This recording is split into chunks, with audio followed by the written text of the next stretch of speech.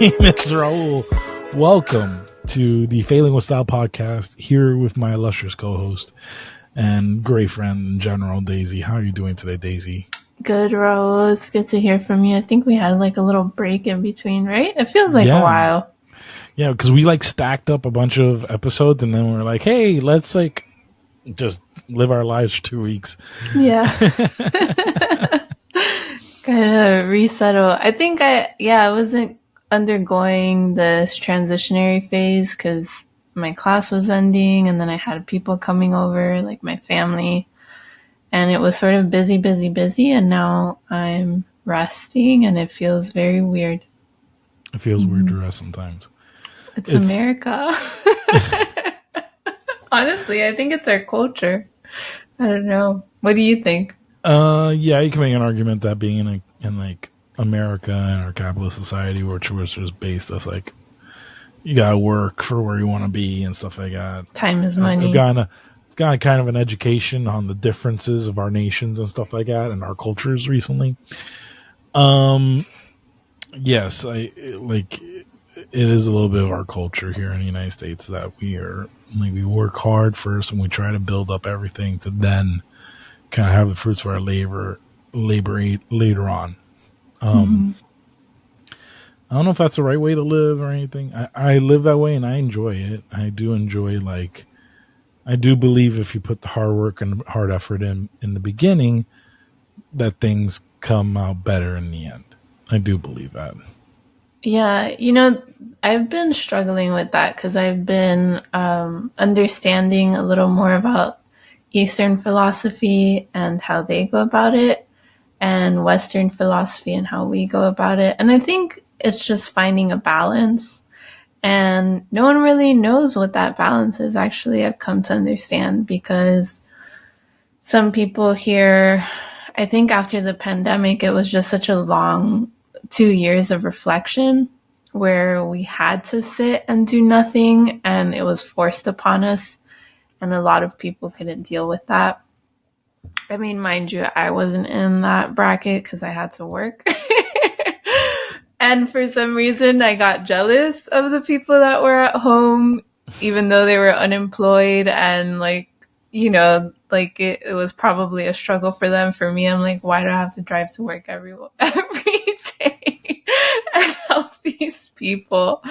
I know I did a good thing by doing it, but it really caused a lot of burnout for me because I saw the whole world stop still and I had to keep going and not in the best working conditions. So, which was a call to action for me because over the 2 years of working in the pandemic, I was in the ER and it wasn't New York, but I was here in Colorado working in the ER in the pandemic. And it was very scary, unsettling times. And I started to realize how important taking your breaks and having rest to replenish yourself, because if you just keep working, you're not going to have enough in your cup to fill other people's cup. And I've realized that the hard way. And unfortunately, it was hard to sort of relay that message across to everybody else because we're so used to it.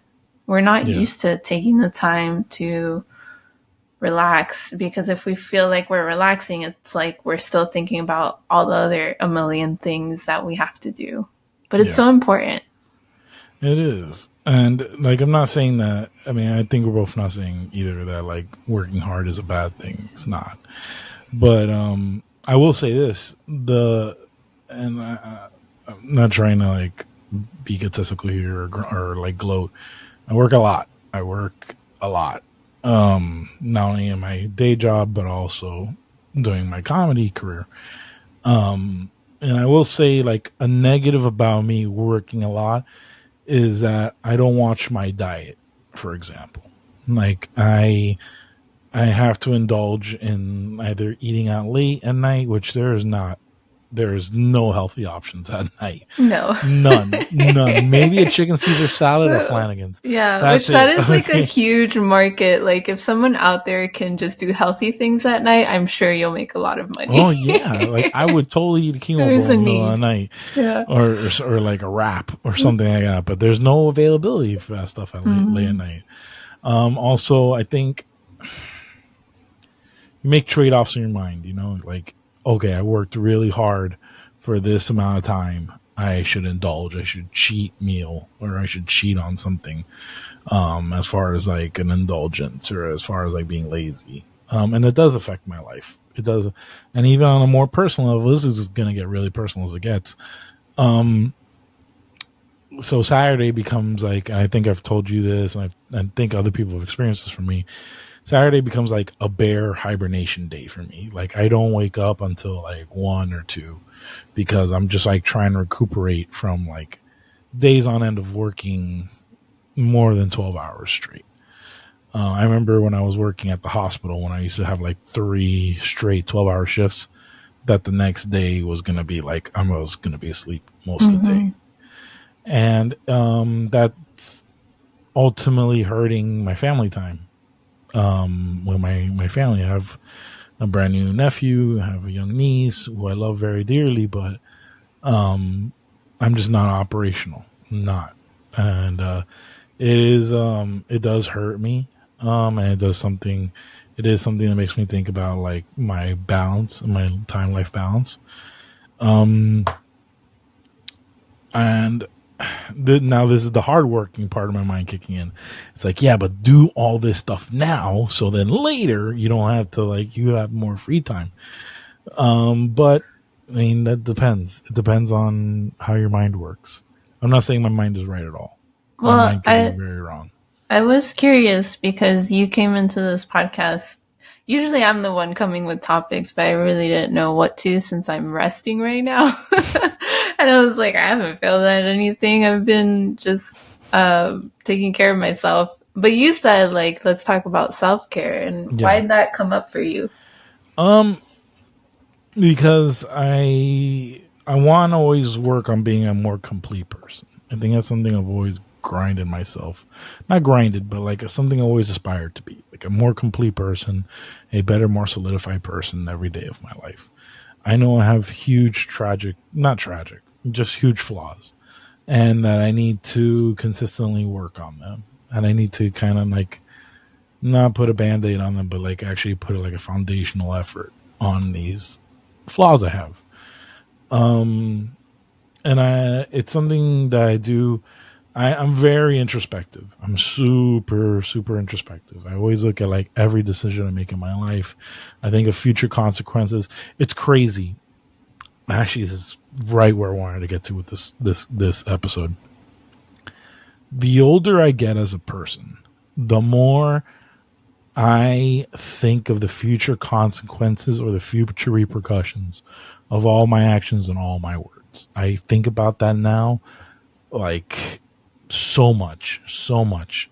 I worry about every relationship I have. I worry about like, am I giving, let's say your relationships are a garden, for example, of a bunch of different plants and flowers and what have you. And you want to make sure you water and tend to that garden as best you can. Remove the things that you don't want in that garden, keep the things you do want in that garden, and try and make them flourish. And it's a very hard and tedious process. I don't know if it's right that I think that way. I I always evaluate how I think almost on like a monthly basis.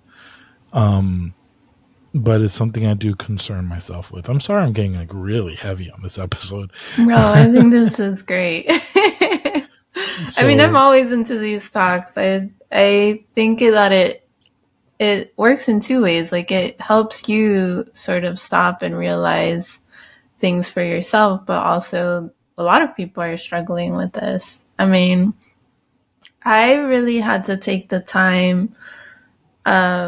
I have to say, like, grief has been my greatest teacher because losing someone that you love very dearly, you start to understand that it's not all about hard work, you know, because Soon as you lose that person you love, you're not going to have that time anymore. Like, it's lost. There's nothing to come back from. So you start to realize how there are things in your everyday that you can find that balance, because hard work, like, yeah, let me do this now until I get there. But what if you don't get there? What if you die tomorrow, and you didn't have the time to call your niece, or you didn't have the time to be with your family, the things that matter? Like, not that the work that you're doing doesn't matter, but in that deep level, what fulfills you? So actually, I want to speak to that because I when you experience burnout, you don't know you're going through it until somebody's like, dude, check yourself. Like, you're coming in with this energy of just always complaining and always just being upset about everything that's going on. And I really had to take a look at myself, because I had been in this industry for 10 years of healthcare and nothing ever changed. They never really gave us breaks. I'm going to come out and say it now. But like, in the corporation, and this is a big fault, it's all about numbers. I can't say that for every corporation, but I have been in multiple hospital systems where all they care about is the numbers, and they don't stop to listen to nurses to see what they want. And so when people are coming out from the nursing field and saying that we're burnt out, of course they're burnt out. Like, nobody gives them breaks. You're doing a 12-hour shift. It's a lot of times they're doing 3 in a row, 12-hour shifts. It's a laborious, did I say that right? Laborious Yeah. job, where you're constantly giving of yourself, but then you're lucky if you get a 30-minute break. You're lucky if they're abiding by the law and giving you the 10-minute every 4 hours. Yeah. That's unheard of, actually. Like, Yeah. nurses don't even know what that is, and that it's Yeah. a law. Yes, guys, it's a law.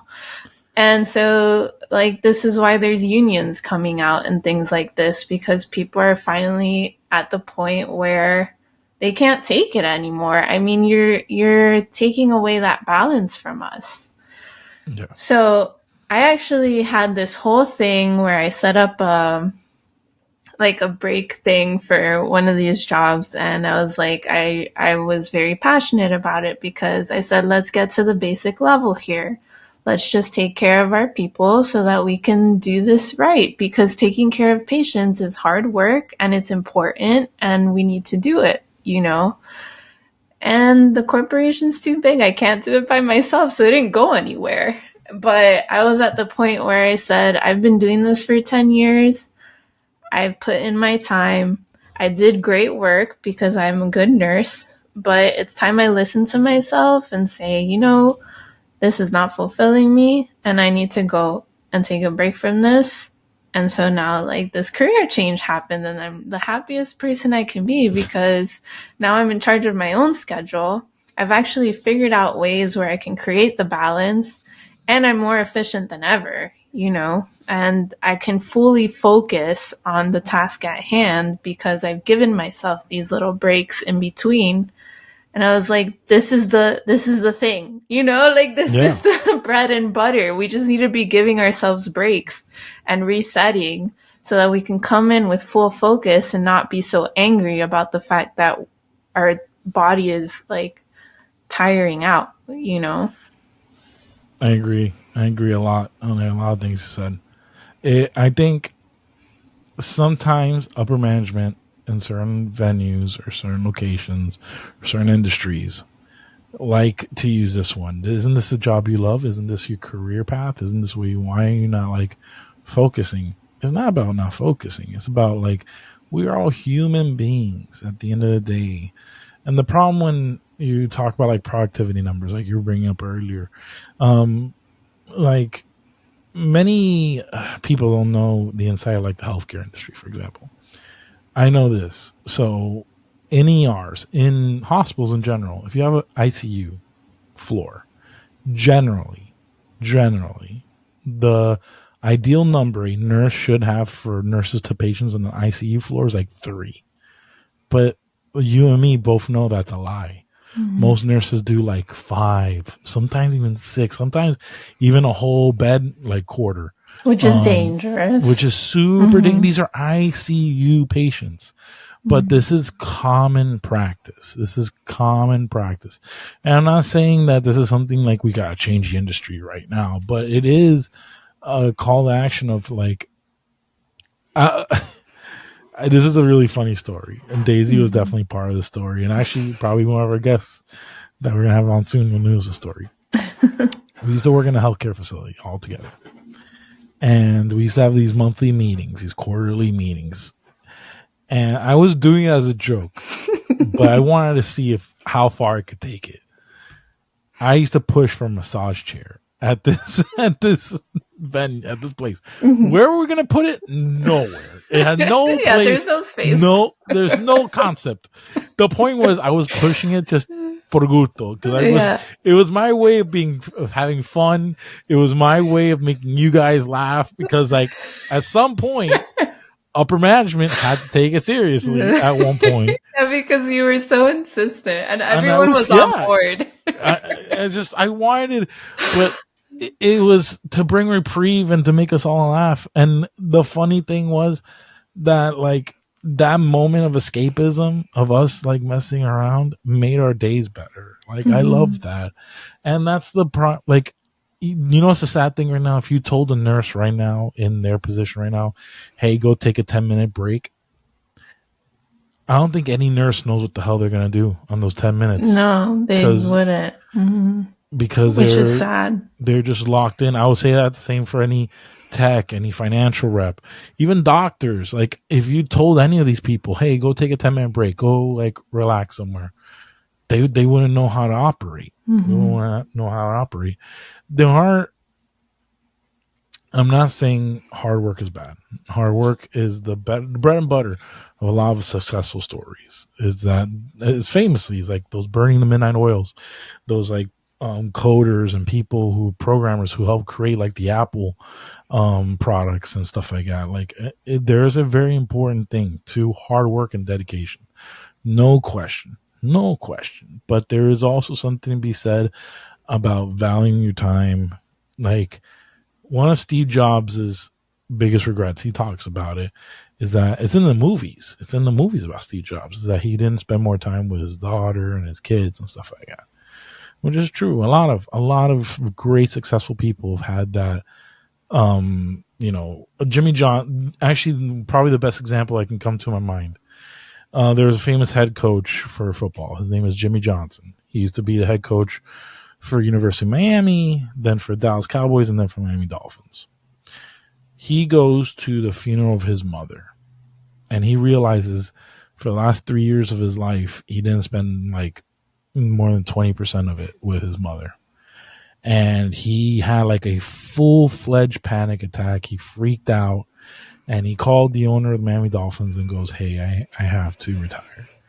And now he lives now don't get me wrong, he gets to live the life he lives now because of the hard work he put in earlier. But now he lives a life purely dedicated to his family, to his friends, and like having a happy, joyful life. Yeah, but that's extremely sad because why couldn't he figure out the time when he was working hard to make that space and make that time for family? Because it could have happened, like it did happen when he was at his prime or whatever. Like he was just doing so much and he never took the time to take like 10 minutes of his day to call his mom, because it doesn't take that much to make that small connection. And it's really sad because burnout's a thing in our culture and it shouldn't be the norm. I think right now what's happening is that a lot of people are starting to realize that there are more important things to life. And I've certainly known that for a while now. And so, the freedom that I've had to be able to pursue my dream and to put in the hard work, over the last year, I really developed a method where I can focus, put my full focus in my work. And even though I don't feel like I'm growing, I certainly am because I'm putting in the time every single day to work towards it. But also making sure that on weekends, it's like my time to rest so that when I come back, I have full focus again. And that takes you so much further because I've seen it than going hard for 12 hours on a project with no breaks. And it's really funny because I compare myself to my husband because I have to like be like, hey, you need to take a break. Like it's been, and this is how I do it. I put a timer for an hour. It goes off. I take 5 minutes, start over again, an hour, 5 minutes. And then the timer will go off, and my husband's like right next to me, and he's still going at it. I'm like, hello, like we need to go. We need to go take this break. When he doesn't do it, he's like plastered at the end of the day. He doesn't want to talk. Like he wants to go straight to bed. He can't eat. He goes to bed stressful. And then when he does do the 5 minute breaks, like I tell him to, and make sure we have like a lunch break and all that stuff, he's like, man, I should do that more often. That I feel great. Like he didn't have any of that stress that he created throughout the day because he took that time, and it's only 5 minutes. Like what is 5 minutes, to reset your mind, bring it to a point where it's at ease again, and then go in and focus harder. And you can even come with more inspiration, more things because you're replenished now, and I actually had this talk with my brother because he was having that trouble. Like he's been putting on all this hard work and he doesn't see himself progressing. And then when he's not working, he's just thinking about how he can progress and there's no rest. And I told him, you need to take your breaks as serious as you take your work because that's what's going to push you forward. And it's so important. I wish that and I have a feeling it might change to that, like our American culture, because it's this feeling of we have this set amount of time of our lives here on earth. And we feel like we need to do everything, but we don't. Like it, in essence, as long as you are comfortable, because I think power and greed play a lot into this. Like, let that go. Let that go because power and greed is not helpful to the community. Like, you can have a certain amount of power, but it's not like, Yeah. Don't make it an ego power because as soon as you make it that, you're putting yourself above everyone else, and we're all human beings and we all have that power within us that we should be empowering each other. If that makes sense. I'm like going off a little tangent here, okay. But yeah. The only thing I would argue is that, like, besides power and greed, I do feel like there's a strong sense of security. Like, I would say, like, for example, what empowers me is like my family's security, my security, and like not having to have that worry hang over anyone. The financial freedom type of stuff. That I think is like my stressor. Like, what is the grinding force for me working extra? Like that definitely bothers me. I do believe you should value the importance of your breaks. I don't know if you should worry about your break. I don't know, something about the wording about like you should worry about your breaks as much as your time on. Not worry like, about it. It's like you got stressed about like, okay, I'm not relaxing. I'm not relaxing. No, you should take them just as seriously. I mean, in the discipline sense. Yeah. Like because you work so hard and you work so hard that you don't even take the time to go and relax. And when you go and relax, it's funny because you still want to be working hard to relax. And it's sort of like, just let it be. Like, just let it go, and find something that gives you joy. Because you don't have to sit there and do nothing and think about work. You can actually like, okay, now is the time to play a video game, or now is the time to whatever, like this actually, I struggled with this like recently because I was every time that I finish with the class, I feel a little empty inside. Like because Okay. I'm like, well, now what am I supposed to do? And I have that like small anxiety that creeps into me of like I Hmm. need to be doing something because if I'm not doing something, then it's not getting anywhere. But as soon as I like let go of that feeling of I need to be doing something, then things start to arise in my everyday of like, oh man, I need to take care of my health. Oh man, I need to do some chores around the house. I need to do some house projects that I've been laying off. Um, so many other things that you've been like pushing under the rug and it's been amounting over here because you've just been so worried about working hard, you know? Yeah. So where did all that go? Where'd that family time go? You know, that and now's the time during your rest to do that. And then surprisingly, you come back with like ideas and all these things and all this stuff that you didn't have the time and energy to even think about when you were working 24/7 and, you know, eating out at Taco Bell at 2 a.m. Like, and understanding, hey, maybe now's the time to do a little like meal planning and figure that out so that I can, you know, like figure it out for the rest of my life. It's just I don't know, dude. Like it's our culture, man. You got to break that habit because if we continue like this, I mean, you ask the people now. Like you heard it from that guy. What's his name? Jimmy John. Jimmy He Johnson. regretted it. He probably regretted the fact that he didn't have time with his mom. He did. He did. But it's a hard value system to play with because the idea of sacrificing family time or this is to like secure your family's position later on in life because you don't want them to live your life. You don't want them to live the stress of your life. You get me? That I don't think that's not a noble pursuit. I think that's a very noble pursuit to sacrifice one's time so that the future of your family doesn't have to go through the arduous tasks and the barriers and boundaries that you do. It's not right. I'm not saying it's right. I'm saying it's a noble pursuit. And that I do believe in. Um, Well, go ahead. sorry. No, go. Well, I think it's all about financial literacy, you know, because we weren't taught that in our education system. We didn't know what to do with our money.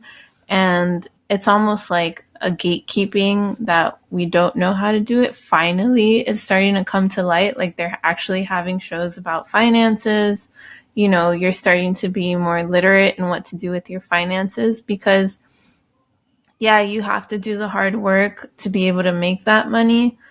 But I'll tell you what, like we do live in a capitalist society and investing exists Yeah, and it's something that we can be doing too. And creating so it's passive income. creating that financial literacy so that you do have time. And I know there's like this thing right now where people want to retire, like early retirement at like 35 or so, which to me is like, I don't know. I want to know how you feel about that because it's almost like what you're doing. Like you're doing all this hard work, but not, you know, you just want to get there. But like, how about we just live it every day? So during the beginning of the pandemic, I got really involved in like stocks and investing and just like planning for passive income for the rest of your life. Is it possible? Yes, it is. But there's a lot of things you need to become, as you would say, literate or educated on. Like you need to understand how stock markets work. You need to understand how dividends work. You need to understand that like the amount of investment, for example, if you're making like a stock portfolio or retirement or IRA, it's a large investment. Can people retire at the age of 35? Yes, but that means that you started working when you're either 17 or 18 and that you were saving at least, I want to say like a third of your paycheck every or you're dedicating a third of your paycheck to investing. So is that possible? Yes, but you, like, at the age of 18 had to have it, like, yeah, pensando eso. You already had to be thinking about it. I think generations ahead of us are going to know it better, and because we as learned people are going to teach our future, like, because I'm the second generation technically American, and now I understand, like, this part and how important this part is. So, like, when we make a trust fund for, like, our niece, our nephew, our future kids, that we know to tell them, hey, this is how you should do this. This is going to keep you safe and secure for the future. I do believe that. And then our kids can have easy lives, relatively. Well, then they can, like, worry about bigger issues outside of themselves, like climate change, because I actually was listening to something about that, how everyone's just so worried about their everyday and what they're going through that it's kind of hard to think about these existential crises. So what if we all create that financial freedom for our families? Then they can all, like, worry about the bigger things that are affecting us. Can I tell you something I've been wanting to do for a while? A while. And I haven't. I've been trying to look for the time to do it and stuff like that. I wanted to go clean a beach. I know it's such a dorky, I love that, nerdy thing. I wanted to go and just walk around with a dumb garbage bag and just clean up a beach. I think if more people did that, like, and then, hey, you pick up 10 pounds of trash, or let's say 5 pounds of trash. Who gives a crap? Like, you did 5 pounds of work that no one else was going to do, and then you can spend the rest of the day at the beach. Yeah. I think that's awesome. I'm a big believer in, like, how the problems of pollution in our ecosystems and in our environments are a very big deal. Like, that I do believe in very harsh. That, like, because I've seen what the damage of pollution can do firsthand, and that's not like something that's over a graph of time. No, it's immediate. And that's something I think if everyone did those little community things, I love doing volunteering, man, working for Habitat for Humanity, that'd be cool as hell. Those things I do agree with. Yeah. I don't believe that doesn't exist without a capitalistic society. I believe that you need a capitalistic society for those things to occur. Do I believe that we should only live on the ideas of capitalism? No. Like, emergency services, fire departments, police departments, public roads, those are all kind of socialist ideas, you know? Like, it's like community. It's taking care of your people. Exactly. Like your family, your friend. Yes, exactly. Libraries. So yeah, I do believe in self-care. I do really believe in it. They even say that, you're more likely to speak to a person that's well kept than a person that's not well kept. So something very important. Yes. So we should wrap this up, but self-care is important. Please take the time, Raul, to to do some self-care. I know you work a lot, but like I said, it's important to take those breaks, even if it's 10 minutes every 4 hours or whatever, find that time. Definitely. Same with you. Don't feel so bummed out that class ends. Jeez. I know. That's what I'm going through now. I'm like, okay, let me just be okay with the fact. Then you stack your classes like you did that last time. I know. And you overload, and then you're definitely going to have burnout. Yeah, I'm going to take, I think I'm taking 2 weeks because the classes don't start until like a month. I'm going to take 2 weeks to really just focus on family time and things I can be doing around the house. And I'm going to make that pledge to myself. Yeah. How about you? You should make a pledge to yourself. I will pledge. These are really inside baseball, but I'll pledge to wear my CPAP machine more often. I will pledge. I think I need to do like a 10-minute thing of meditation. I really do. Just because I'm always on the go. I'm always go. And I don't someone told me recently I drive crazy, and I was like, what do you mean I drive crazy? I drive like the safest. of anyone. Yeah. But this one comedian told other comedians I drive crazy. So now when I drive around other comedians, they all grab the handlebar. Even though you're going like 20 miles per even though hour. I'm going like 20. And then I was on the road recently with another friend of mine, and she was like, "You drive really slow." And I'm like, "What am I? What do I drive? What? Do I drive right?" Oh my God. So I don't know. I definitely need to reevaluate things every once in a while. Sometimes having more shows not exactly a win or anything's just more work sometimes. But yeah, it's a learning process. It's a growing process. I think the 10-minute meditation is a good start. Thank you. Yeah. Well, we'll wrap it up because we're a little over time. Where can the nice people find you, Daisy? I'm at Daisy Vesiana on LinkedIn. Oh, well, that's Instagram, but I'm also on LinkedIn and Facebook. Ooh, I'll take the 2 weeks to start our Facebook. I can do that. Yay! Oh And my God. I know, finally. And yeah, where can the nice people find you, Raul? So I took advice on this podcast. I changed my name. It's the social media, I think everywhere. It's Funny Raul, at Funny Raul. And it's actually, I got a lot of good comments about it. A lot of people were like, "Oh man, I love your new name change. Nice. It fits you perfectly and it's great." And it has no numbers. Has no numbers. It's within 10 letters. I love it. So. All right. Awesome. And then if you guys have any questions, anything that you want us to talk about, please leave a comment or email us at, you know what? Don't email us because just leave a comment. Send us something. We definitely want to hear from the audience more. We feel like we don't hear enough from the audience. So yeah. Please feel free to talk to us. And we'll highlight your question on the show. Even if it's just one, man, we'll take that seriously. We'll take it, yes. We'll take it so seriously. We'll be so focused. Yeah. We'll have burnout from the question. All right, guys. See you next time. Bye-bye.